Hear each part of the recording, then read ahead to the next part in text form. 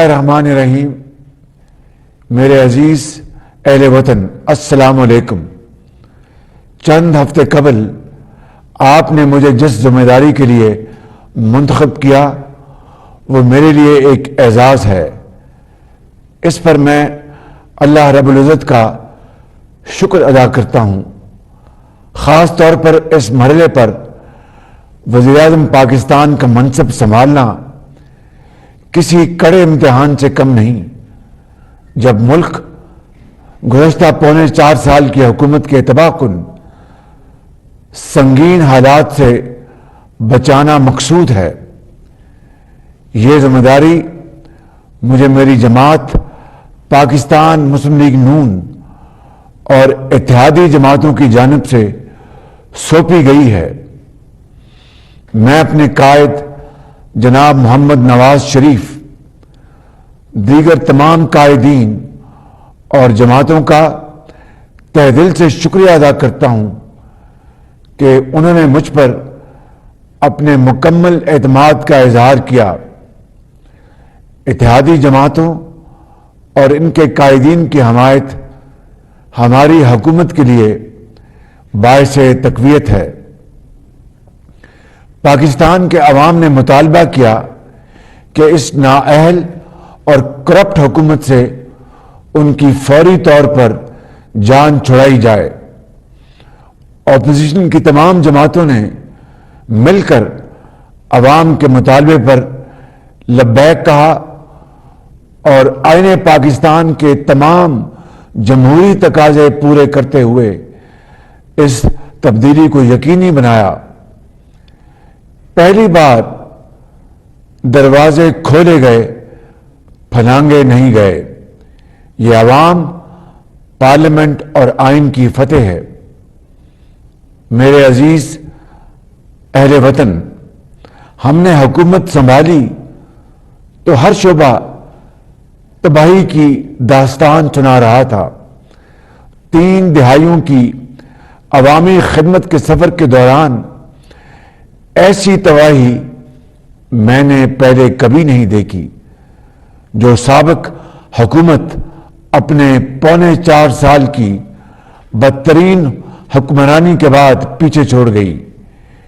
یہی وجہ ہے کہ ہم نے پاکستان کو بچانے کا چیلنج قبول کیا، حالانکہ یہ حقیقت ہمارے سامنے واضح تھی کہ اس تباہی سے نکلنے اور ملک کو بہتری کے راستے پر گامزن کرنے کے لیے انتھک محنت اور وقت درکار ہوگا۔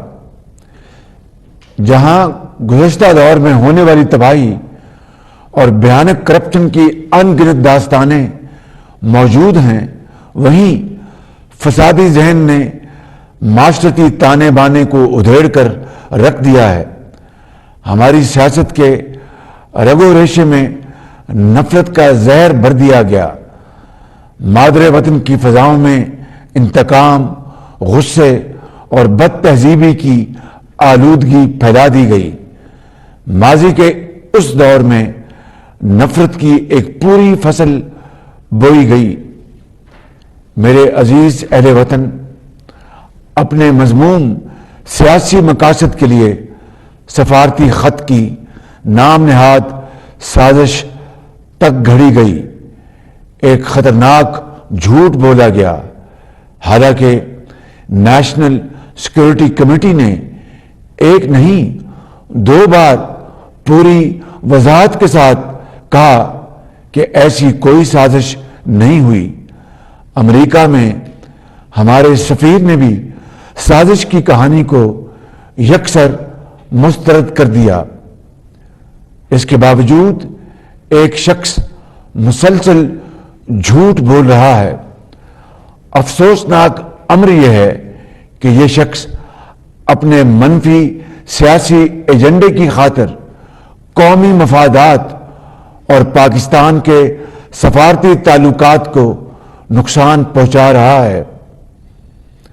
میرے اہل وطن، اگر کوئی شخص یہ سمجھتا ہے کہ اس کا گھمنڈ اور ضد دستور پاکستان اور آئینی اداروں کی متفقہ رائے سے زیادہ مقدم ہے تو یہ اس کی بہت بڑی بھول ہے، کیونکہ پاکستان آئین کے مطابق چلے گا، کسی ایک فرد کی ضد سے نہیں۔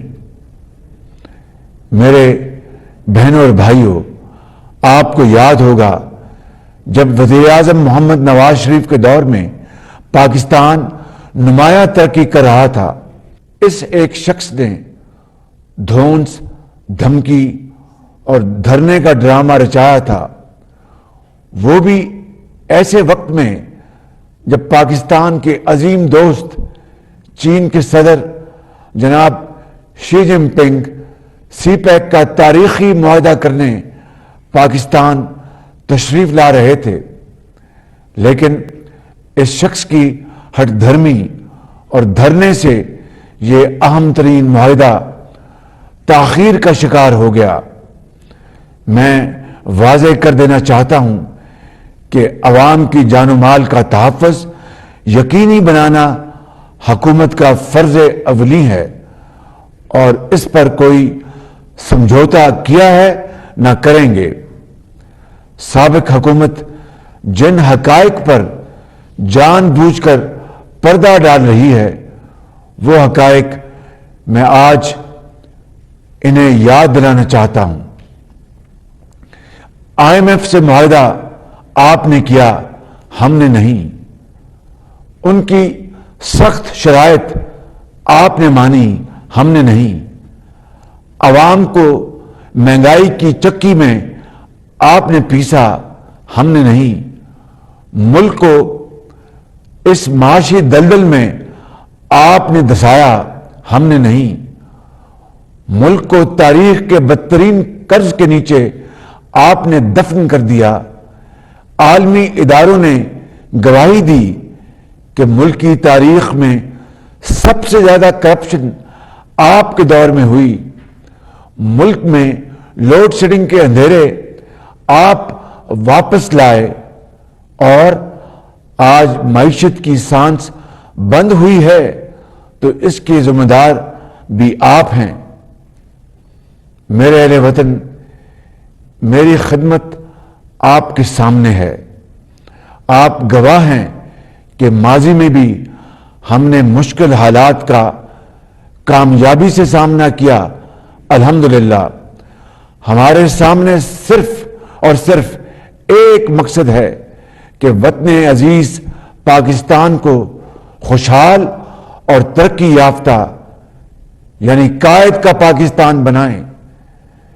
میرے اہل وطن، ہم ہر مشکل فیصلہ کرنے کو تیار ہیں اور ہر ممکن وہ کام کریں گے جس سے قومی ترقی کا سفر تیزی سے آگے بڑھ سکے، نااہلی اور کرپشن کی سیاست کا ہمیشہ کے لیے خاتمہ ہو سکے۔ میرے بھائی اور بہنوں، ہم نے حکومت سنبھالی تو مہنگائی عروج پر تھی، کاروبار، روزگار، معاشی سرگرمیاں ختم ہو کر رہ گئی تھی۔ ڈالر جو 2018 میں ہم 115 روپے پر چھوڑ کر گئے تھے، سابق حکومت کے 3.25 سال کے دوران ڈالر 189 روپے پر پہنچ گیا، جس سے ایک طرف مہنگائی کی آگ مزید تیز ہو گئی تو دوسری جانب پاکستان پر قرض کا بوجھ بھی ناقابل برداشت ہو گیا۔ گزشتہ 3.25 سال میں پاکستان کے قرض میں 20,000 ارب روپے سے زیادہ کا اضافہ ہوا، جو 1947 سے 2018 تک 71 سال میں اب تک کی تمام حکومتوں کی طرف سے لیے جانے والے مجموعی قرض کا 80% ہے۔ رواں مالی سال وفاق کے بجٹ خسارے کا تخمینہ 5,600 ارب روپے ہے، جو تاریخ کا بلند ترین خسارہ ہے۔ نااہل سابق حکومت نے صرف اسی سال اتنا خسارہ کیا ہے جس کی ماضی میں کوئی مثال نہیں ملتی۔ اس کے مقابلے میں آپ گواہ ہیں کہ وزیر اعظم نواز شریف نے اپنے دور حکومت میں لیے گئے قرض سے عوام کو 10,400 میگا واٹ بجلی مہیا کی، سڑکوں کا جال بچھایا، بہترین پبلک ٹرانسپورٹ دی، کھربوں روپے کے ترقی اور خوشحالی کے منصوبے بنائے، اور مہنگائی تاریخ کی کم ترین سطح پر لے کر آئے۔ جب ہم نے اب حکومت سنبھالی تو ملک میں 7,500 میگا واٹ کے پاور پلانٹس بند پڑے تھے، کیونکہ سابق حکومت نے مجرمانہ غفلت کا مظاہرہ کرتے ہوئے نہ ایندھن کا بندوبست کیا اور نہ ہی بر وقت بجلی کے کارخانے مرمت کرائے، جس کی وجہ سے عوام مہنگی بجلی اور گھنٹوں لوڈ شیڈنگ کے عذاب میں مبتلا ہوئے۔ میرے اہل وطن، ہم نے دل پر پتھر رکھ کر پیٹرولیم مصنوعات کی قیمتوں میں گزشتہ روز اضافہ کیا ہے۔ یہ فیصلہ ہمیں کیوں اور کن مشکل ترین معاشی حالات میں کرنا پڑا، یہ سچائی آپ کے علم میں لانا بہت ضروری ہے۔ دنیا میں پیٹرول اور ڈیزل کی قیمتیں آسمان کو چھو رہی ہیں۔ تیل پیدا کرنے والے ملکوں سے لے کر ترقی یافتہ ممالک سمیت سب اس شدید معاشی صورتحال سے دوچار ہیں، لیکن سابق حکومت نے اپنے سیاسی فائدے کے لیے سبسڈی کا اعلان کر دیا، جس کی قومی خزانے میں کوئی گنجائش نہیں تھی۔ ہم نے اپنے سیاسی مفاد کو قومی مفاد پر قربان کرنا قومی فرض جانا، کیونکہ یہ فیصلہ پاکستان کو معاشی دیوالیہ پن سے بچانے کے لیے ناگزیر تھا۔ اس معاشی بحران میں پاکستان اور اس کے عوام کو سابقہ حکومت نے پھنسایا ہے۔ آج کا یہ مشکل فیصلہ معیشت کو موجودہ بحران سے نکالنے کی طرف ایک اہم قدم ہے۔ میرے بزرگوں، بھائی اور بہنوں، ہم غریب عوام کو پیٹرول اور ڈیزل کی قیمتوں میں اضافے کے بوجھ سے بچانے کے لیے 28 ارب روپے ماہانے سے نئے ریلیف پیکج کا آغاز کر رہے ہیں، جس کے تحت فوری طور پر پاکستان کے 1,40,00,000 غریب ترین گھرانوں کو 2,000 روپے دیے جا رہے ہیں۔ یہ گھرانے 8.5 کروڑ افراد پر مشتمل ہیں، جو پاکستان کی کل آبادی کا 1/3 حصہ بنتا ہے۔ یہ اس مالی امداد کے علاوہ ہے جو بے نظیر انکم سپورٹ پروگرام کے تحت انہیں پہلے ہی دی جا رہی ہے، اور آئندہ مالی سال کے لیے اس ریلیف پیکج کو بجٹ میں شامل کیا جائے گا انشاءاللہ۔ میں نے یوٹیلیٹی سٹورز کارپوریشن کو ہدایت کی ہے کہ پاکستان بھر میں 10 کلو آٹے کا تھیلا 400 روپے میں عوام کو فروخت کیا جائے۔ میرے نوجوانوں، داخلی محاذ کی طرح خارجی محاذ پر بھی گزشتہ 4.25 سال پاکستان کے قومی مفادات کے لیے انتہائی مہلک ثابت ہوئے۔ ہر مشکل گھڑی میں ساتھ نبھانے والے، ساتھ دینے والے پاکستان کے انتہائی قابل اعتماد دوست ممالک کو ناراض کر دیا گیا۔ اب ہم نے ان غلطیوں کی اصلاح اور دو طرفہ تعلقات کی بحالی کا عمل شروع کر دیا ہے جو آپ کے سامنے ہے۔ ہم پاکستان کے اس اصولی موقف کا پوری قوت سے اعادہ کرتے ہیں کہ جنوبی ایشیا میں پائیدار امن کے لیے بھارت کی ذمہ داری ہے کہ 5 اگست 2019 کے یک طرفہ اور غیر قانونی اقدامات کو ختم کرے تاکہ بامقصد بات چیت سے جموں و کشمیر سمیت تمام متنازع امور کو حل کرنے کی طرف ٹھوس پیش رفت ہو۔ میرے بھائیوں اور بہنوں، ہمارے سامنے دہشت گردی اور بد امنی کی صورت میں ایک اور چیلنج موجود ہے۔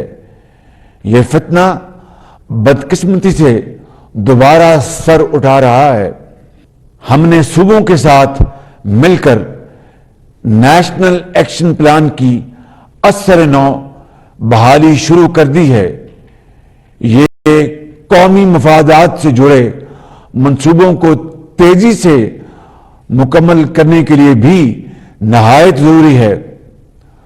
گزشتہ پونے 4 سال میں میڈیا اور اظہار رائے کی آزادیاں چھین لی گئیں، صحافیوں، ناقدین اور سیاسی مخالفین کو سخت ترین سزاؤں سے گزارا گیا۔ پاکستان صحافت اور اظہار رائے کی آزادیوں کے عالمی انڈیکس میں کئی درجے نیچے چلا گیا۔ پاکستان کو صحافت کے لیے بدترین ملک قرار دیتے ہوئے سابق وزیر اعظم کو آزادیاں چھیننے والے آمروں میں شمار کیا گیا۔ حکومت سنبھالتے ہی ہم نے سب سے پہلے سابق حکومت کے اس مجوزہ منصوبے پاکستان میڈیا ڈیولپمنٹ اتھارٹی کو ختم کر دیا، جس کا مقصد میڈیا اور اظہار رائے کی آزادیاں چھیننا تھا۔ میرے بھائیوں، بہنوں اور نوجوانوں، کوئی قوم اندرونی خلفشار پر قابو پائے بغیر ترقی نہیں کر سکتی۔ قوم کی تقسیم اس راستے کی سب سے بڑی رکاوٹ اور اتحاد اور اتفاق اس کے حصول کا واحد ذریعہ ہے۔ آپ کی حکومت نے اس منزل کے حصول کے لیے سیاسی اور گروہی تقسیم سے بالا تر ہو کر عملی اقدامات اٹھانے کا فیصلہ کیا ہے۔ پونے 4 سال قبل میں نے بطور قائد حزب اختلاف چارٹر آف اکانومی یعنی میثاق معیشت کی تجویز پیش کی تھی، جسے حقارت سے نظر انداز کر دیا گیا۔ یہ وقت کی آواز اور قومی ضرورت ہے۔ اس چارٹر پر اتفاق کے لیے میں تمام سیاسی جماعتوں کے ساتھ مشاورت کا آغاز کر رہا ہوں تاکہ آئندہ کوئی بھی حکمران یا حکومت ذاتی سیاسی مفادات کے لیے قومی معیشت کے ساتھ کھلواڑ نہ کر سکے اور معاشی تسلسل کو یقینی بنایا جا سکے۔ میرے عزیز اہل وطن، بلا شبہ مشکلات بے پناہ اور راستہ کانٹوں سے بھرا ہوا ہے، لیکن ہمارا بھروسہ اللہ تعالیٰ کی کریم ذات پر ہے جو خلوص نیت سے کام کرنے والوں کی محنت کو ہرگز رائیگاں نہیں فرماتا۔ ہم اس مالک کی رحمتوں کے طلبگار ہیں۔ ہم آپ سے عہد کرتے ہیں کہ مل کر امانت اور دیانت کے ساتھ شبانہ روز محنت کریں گے اور کسی بھی قربانی سے دریغ نہیں کریں گے۔ میں اور میری کابینہ اپنے ہر فیصلے کے لیے آپ کی عدالت میں جواب دہ ہوں گے۔ اللہ تعالی ہماری ان پرخلوص کاوشوں کو پذیرائی عطا فرمائے، آمین۔ میرا پوری قوم، خاص طور پر سیاسی مخالفین کے لیے پیغام ہے کہ آئیے ہم سب مل کر پاکستان کو ایک ایسا ملک بنا دیں جس میں اختلاف رائے کو دشمنی نہ سمجھا جائے، جہاں تنقید کو حوصلے سے برداشت کیا جائے، جہاں قومی خدمت ہی سیاست کا اصل معیار ہو، درسگاہوں کے دروازے کھل جائیں، نفرت گاہوں کے در بند ہو جائیں، جہاں عورتوں کے حقوق مقدم، اقلیتوں کے حقوق محفوظ ہوں، جہاں مزدور اور کسان خوشحال ہوں، جہاں مہنگائی، بے روزگاری کا خاتمہ، رزق کی فراوانی اور آسانی ہو، جہاں کا عدل باعث فخر ہو، جہاں ظلم کا خاتمہ ہو جائے۔ اللہ تعالی ہم سب کا حامی و ناصر ہو۔ قائد اعظم زندہ باد، پاکستان۔